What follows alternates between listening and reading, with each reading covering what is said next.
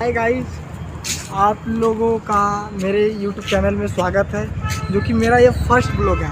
हम आए हैं नोएडा घूमने पार्क में, जो कि इतना बड़ा पार्क है आप लोग सोच भी नहीं सकते हैं। क्योंकि 10 किलोमीटर के एरिया में पार्क है। क्योंकि हम पहली बार आए हैं तो हम अच्छे से घूमे नहीं हैं। तो आप लोगों को चलिए हम पार्क घुमाते हैं। इतना ब्यूटीफुल पार्क है, क्या बताएं।